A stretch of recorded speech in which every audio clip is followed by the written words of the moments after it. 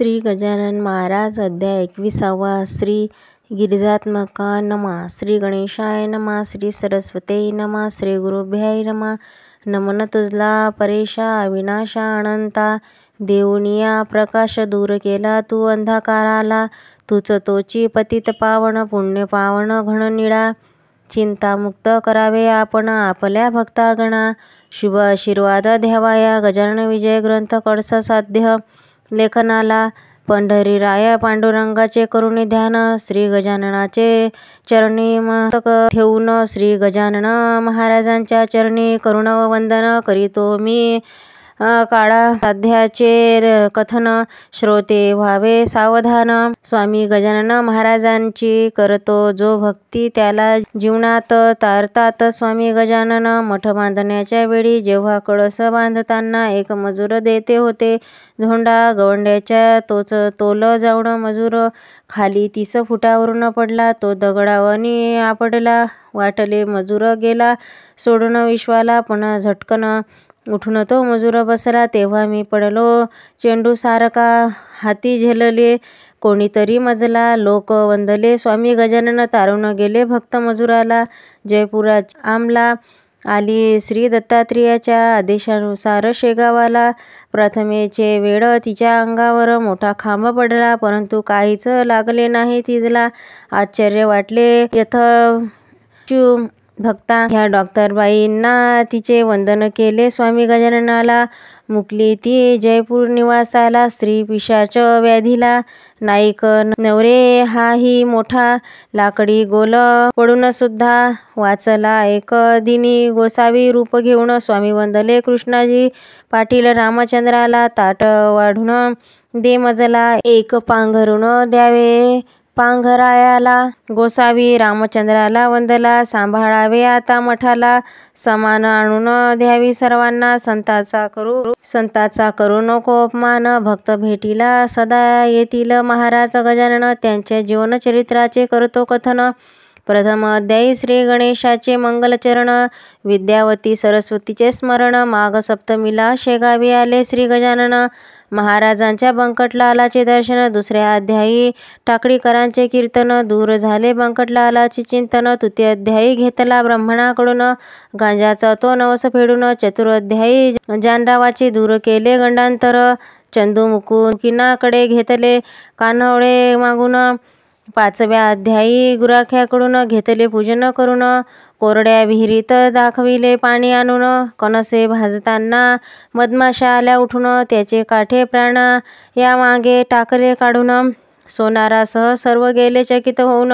नरसिंह स्वामीला संबोधून बंधू म्हणून सहाव्या अध्यायी हे कथन करून घेतले आमरक्षाचे भोजन कडू पाटलाकडे व्रताचे करून घेतले पालन पाटील पुत्राचे कुस्तीद्वारे केले शक्तीसह गर्वहरण सातव्या अध्यायी हे कथन पाटील मंडळींना गेलो स्वामीनिष्ठा जवळून आठव्या अध्यायी विस्तारून निर्दोष सोडले खडू पाटलाला खटल्यातून ब्राह्मणांना दिले त्यांचे नैन निश्चिती श्लोकातून त्याचे शुद्ध करून पठन अग्निभरित पलंगावर स्थिर ठेवले मन नवव्या अध्यायाचे केले कथन टाकडीकरांचा द्वार घोड्याला केले शांत करून सोडविले लोकांना संकटातून दहाव्या अध्यायाचे हे कथन गणेशाप्पा चंद्राबाईचे संसार मार्ग दर्शन शुक्लालाच्या गाईला सांगितले सोड द्वाडपणा ती गाय गेली स्वामी चरणी लागून 11व्या अध्यायाचे हे कथन भास्कराचे श्वान दशामुळे निधन श्रद्धास्थानातील कावळ्यांना आज्ञा करून मुक्त केले भास्कराचे समाधीस्थ हे 12व्या अध्यायाचे कथन पितांबराकडून घेतले आम्रवृक्ष हिरवा करून पितांबराचा केला मठ स्थापन पुंडलिकाची गाठ नेली बरी करून 13वा अध्याय येथे पूर्ण गंगा भारतीचे केले रोग निवारण केले ऋणमुक्त भक्तांना वंदून नर्मदा गेली 14व्या अध्यायाचे हे कथन लोकमान्य टिळकांचे अटकणी विधान गीतार्यस्य लिखाण भाकरी प्रसाद भक्षण 15व्या अध्यायाचे कथन पुंडलिक भक्ताला पादुका पाठवून कवराची भाकरी वाटली प्रसाद वाट पाहून. 16व्या अध्यायाचे हे विस्तारण. 16व्या अध्यायी नगर फिरण्याची शिक्षा ऐकून. कोर्टात गेले डॉक्टर, कवराचे गेले फोड रोग निवारून. 17व्या अध्यायाचे हे कथन. बापूंना दिले विठ्ठल दर्शन. 18व्या अध्यायाचे हे कथन. भक्तांना दिले दर्शन. मठात ब्राह्मणांना दिलेले मृत कुत्रे उठवून. 19व्या अध्यायातील हे कथन. स्वामी आले शेगावी परतून. भाद्रपद मासी ऋषी पंचमीचे गेले स्वामी समाधी घेऊन. 20व्या अध्यायातील हे विस्तारून. समाधीचे काम केले मनापासून. धर्मशाळा काढल्या बांधून. शतचंडीचे झाले अनुष्ठान. सर्व भक्तांनी होते योगदान. बंकटलालाची व्याधी केले स्वामी दूर करून. निष्ठवाचन भक्तांना स्वामी देतात दर्शन. 21 अध्यायी हा संत श्री दासगणू लिखित श्री गजानन विजय ग्रंथाचे करावे पारायण. 21 मोदकाचा नैवेद्य दाखवून. 21 दुर्वा कराव्या अर्पण.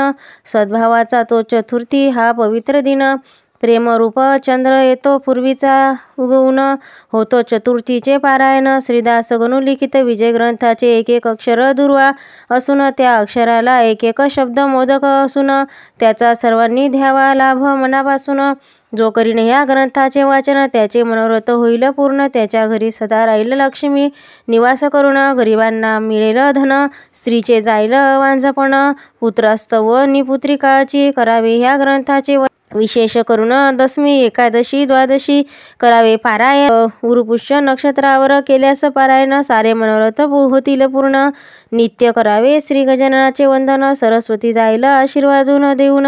18व्या 21 षष्टीतील प्रतिमान सत्वरात चैत्र शुद्ध वर्ष प्रतिपदेला शुद्ध गणेश वार बुधवार तीर्थक्षेत्र शेगावी. श्री संत दासगणूंनी या गजानन विजय ग्रंथाचे पूर्ण केले लेखन. त्याचे संक्षिप्त अल्प शब्द गीता लेखन. श्री गजानन महाराज याच्या चरणी नतमस्तक होऊन अर्पण. यशवंताचे सुखी समृद्धी जीवन हेच माझे तुम्हाला मागणे. स्वामी गजानना सर्व विश्वाचे करावे सुखी आनंदी जीवन. श्री गणेशाय नमः. श्री सरस्वते नमः. श्री गुरुभ्याय नमः. श्री हरिविठ्ठल हरिविठ्ठल पुंडलिक वरदे हरिविठ्ठल ज्ञानदेव तुकाराम. श्रीराम जय राम जय जय राम. श्रीराम जय राम जय जय राम. 21 अध्याय समाप्त.